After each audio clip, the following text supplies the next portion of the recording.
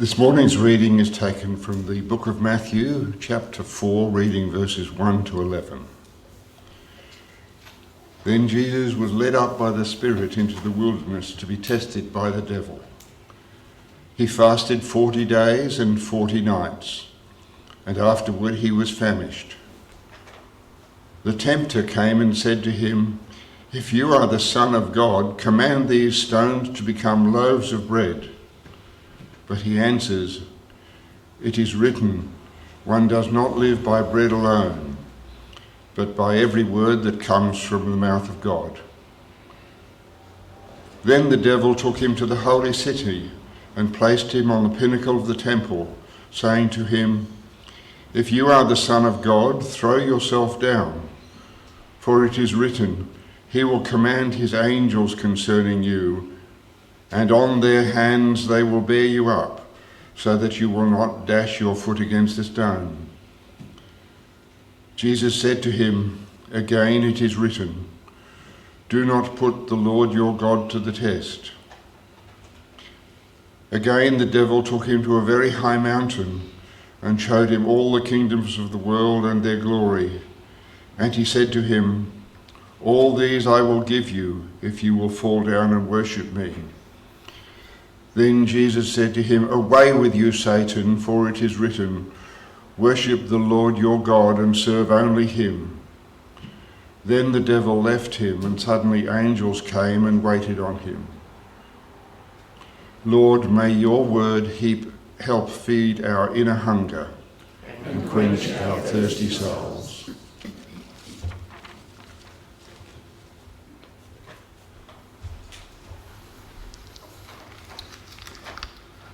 Thank you, Andrew.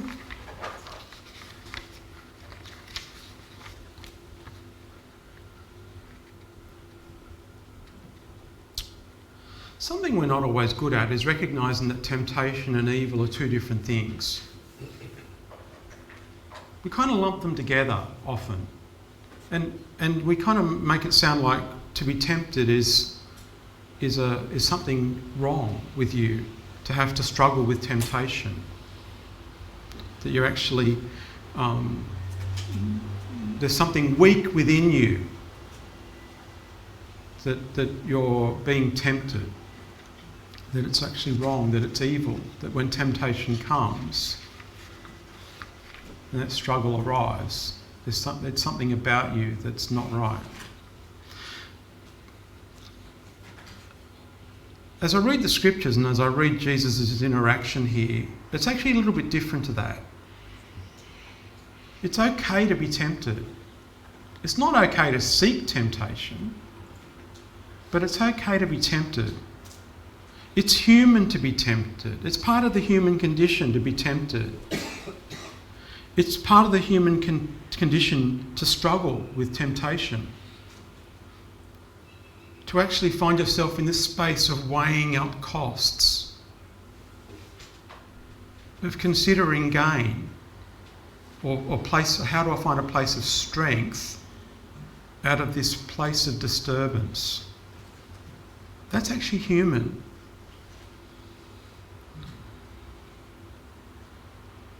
Am I going to make this choice to lean into something that will make me lesser? In the biblical word for it is to form into this perishing form of life. Am I going to lean that way? Am I going to entertain this and choose something that's perishing? A way that I've heard this evil described this week is are you going to misuse your free will?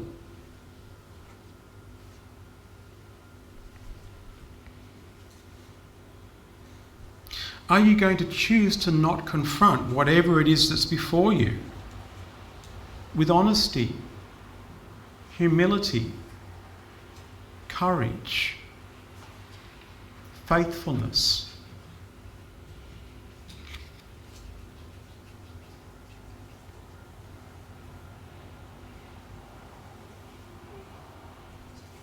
Are you going to not just leave it unattended, but are you going to engage? and choose the opposite of abundant life.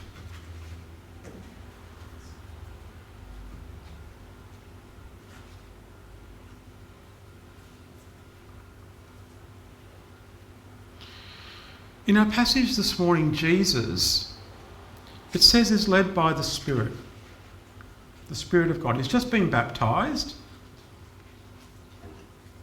And in the Spirit, Jesus goes to the wilderness. It's hard, like, if you look this sort of stuff up, it's the formation of a movement which we call asceticism or monasticism. This sense of foregoing or rejecting of indulgences.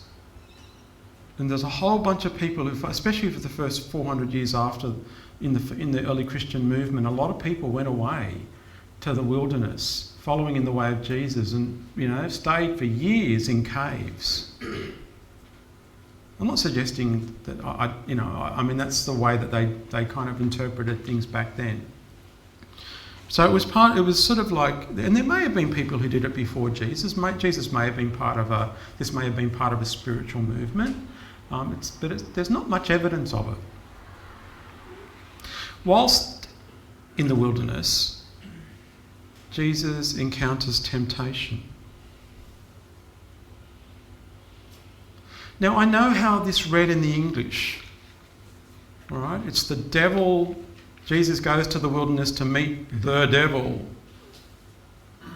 The first temptation about the bread, the rocks, was the devil. The next temptation about throwing himself off the tower. Again, the devil says to him.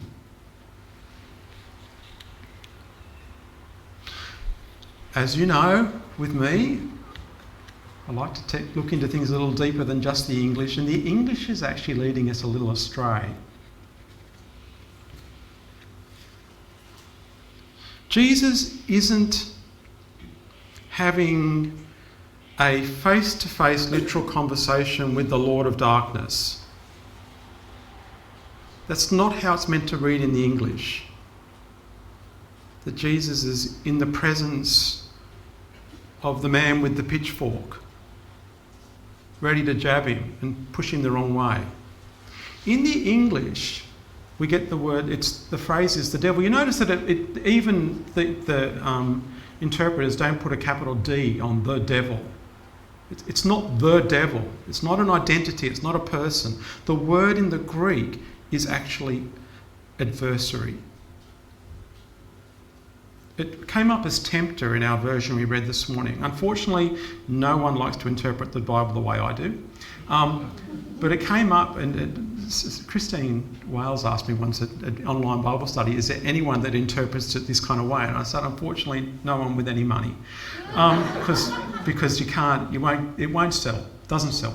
But in the Greek, the word is adversary. So in other words, I think what the Greek is trying to tell us, what the author of Matthew is trying to tell us, is that Jesus goes to the wilderness, and at that point he hits a struggle, a contest. It's 40 days in, he hasn't eaten, he's doing this ascetic thing, no indulgences. And at that point, now I'll tell you what, it wouldn't take me 40 days. I'd be lucky to last 40 minutes, that's right. I'm not proud of that, but I'm just saying.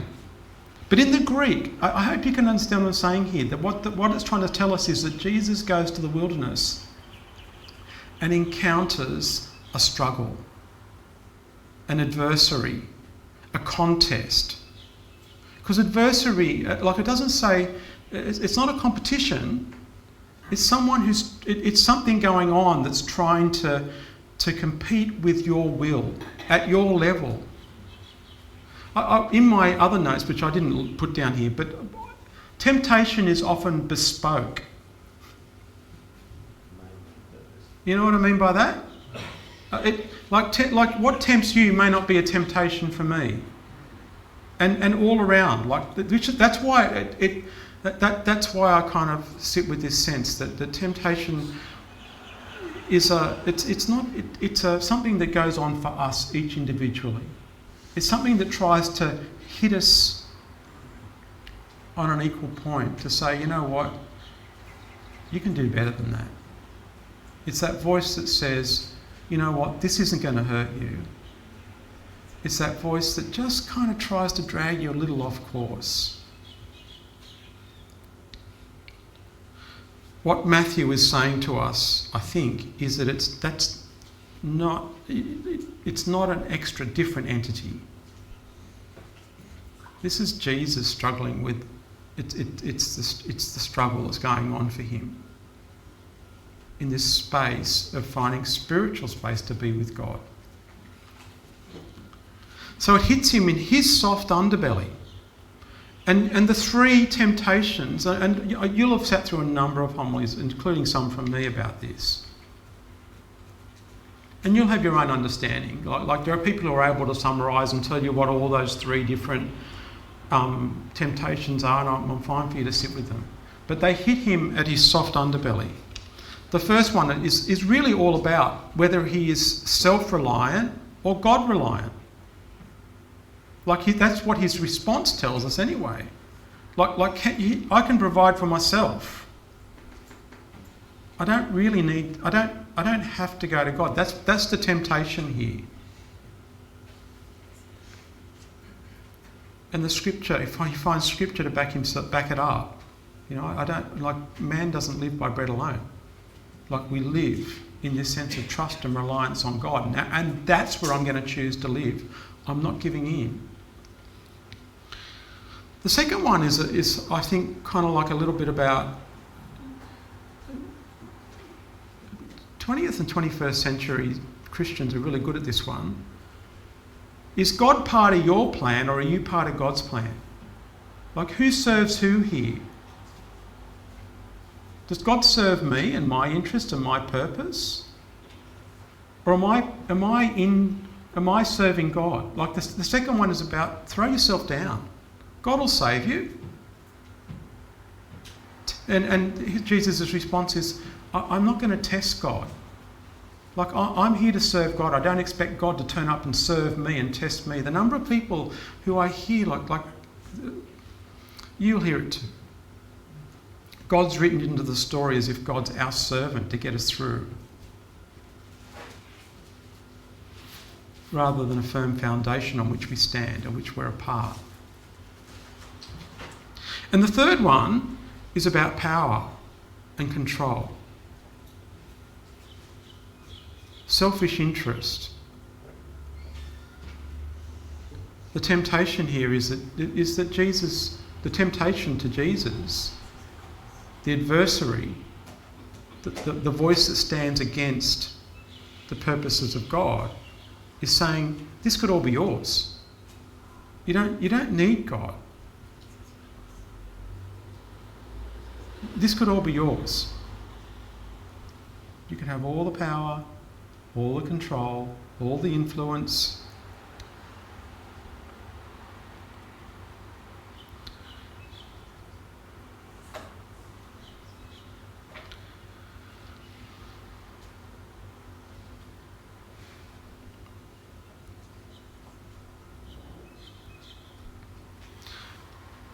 It's at this point that Jesus shifts, or that the story shifts. At the end of the third temptation, at the end of the third adversary point of trying to pull Jesus off course, that the story shifts.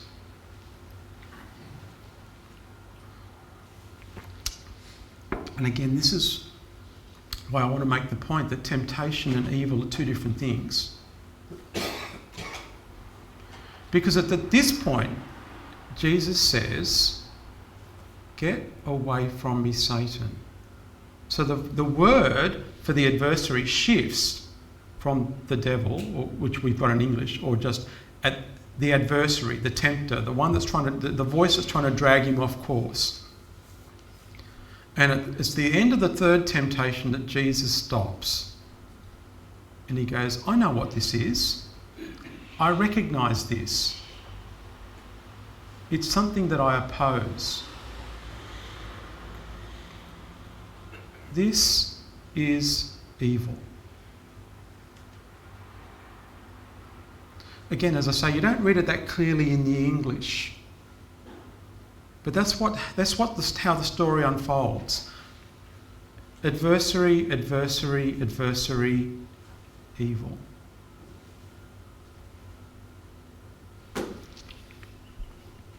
It's that point that Jesus says, I'm not engaging with this anymore. It's at this point that Jesus recognises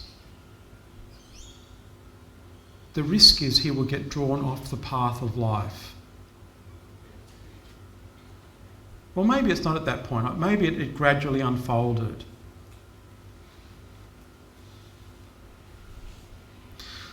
So what keeps Jesus on course? Because I'd rather suspect, in whatever the temptations are, no one's ever come to me and said, you know what, you can have all the power in the world. I've never heard that voice. I've never heard the voice that says to me, throw yourself off the top of a rooftop somewhere and God will save you. Those aren't the sort of temptations that strike me. And I don't know what kind of, and I'm not asking you to call it out loud, what the temptations are that strike you. But what is it that holds Jesus on course? That in dealing with the temptations that came to him in his humanity meant that he did not fall away from his divinity.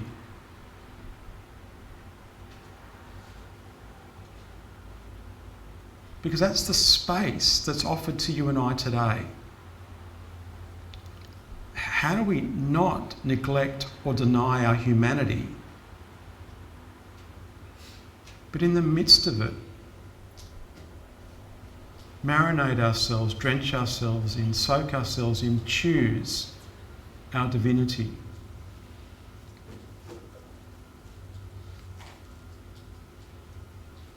I would rather suggest that the simple answer is this, and you may have a different answer to my question, and that's okay. But I think the simple answer for me is this, is that Jesus never once loses sight of who he is, of what he's here for, of what the call on his life is, of what his place in the big picture is.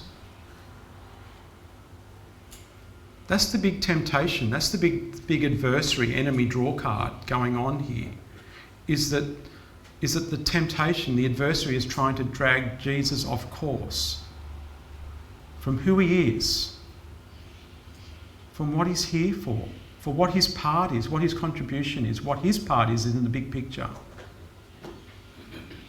I think that's what gets him through, and that's how temptation doesn't turn, or why temptation doesn't turn into evil in this story. Why Jesus is able to say, wait, stop, that's enough. I'm not falling that way.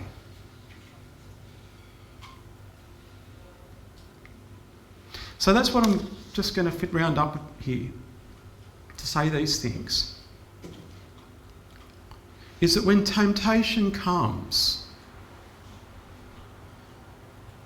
when temptation in whatever form it is, how big or how small, comes,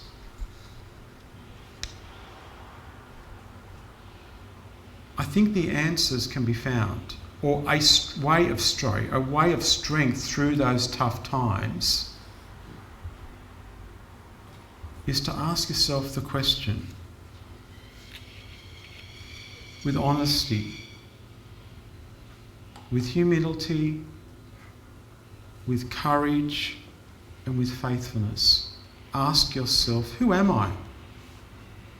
Who do I want to be in the middle of this which is trying to draw me offline?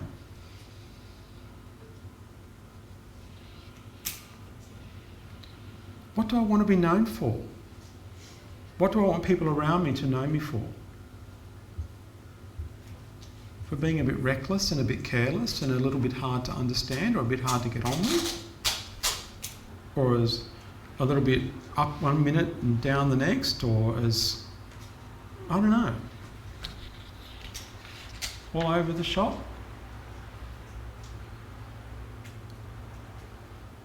Or do I want to be known as someone? Sorry, and who do I want to be? What's my contribution? What do I want to be known for? And how am I going to serve? Rather than how do I hold my line about who I'm here for? Am I here to serve God? Am I here to be part of God's purposes of love and compassion and justice? Or am I expecting God to serve me? That when I get myself into trouble, God's going to drag me out. Friends, the wilderness experiences will come. There are times when life feels really dry. There are times when we're tempted to believe that God won't provide. There are times when we are tempted to believe that we don't have enough power in our lives. There are times when we actually just want to say, you know what, God, you get me out of this. And in the wilderness, temptation will come. And each and every time, we get this choice about how we exercise our free will. We get this choice as to whether we want to choose the corrupted, lesser path and find a way to be okay with that.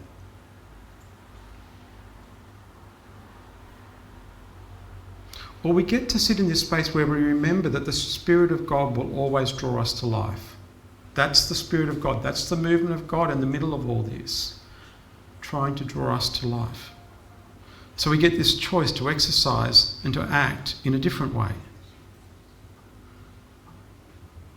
that draws us into right relationship with God, with others around us, with ourselves. Jesus walked that path. If we believe that Jesus was fully human, Jesus walked that path. And he walks it with you and I now too.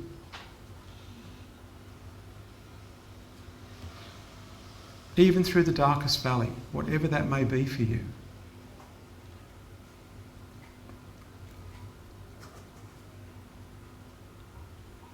There's no need to fear an adversary. There's no need to fear a struggle. There's no need to fear a tempter. There's no need to fear evil.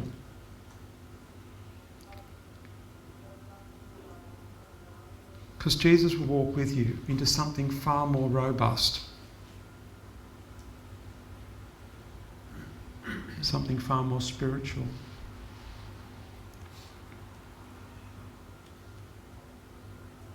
Away from life lost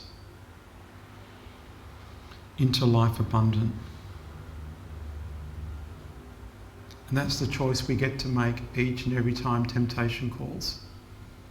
Each and every time.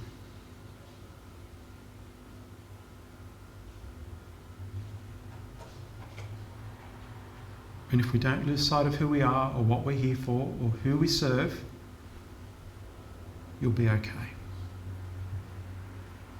You'll be okay.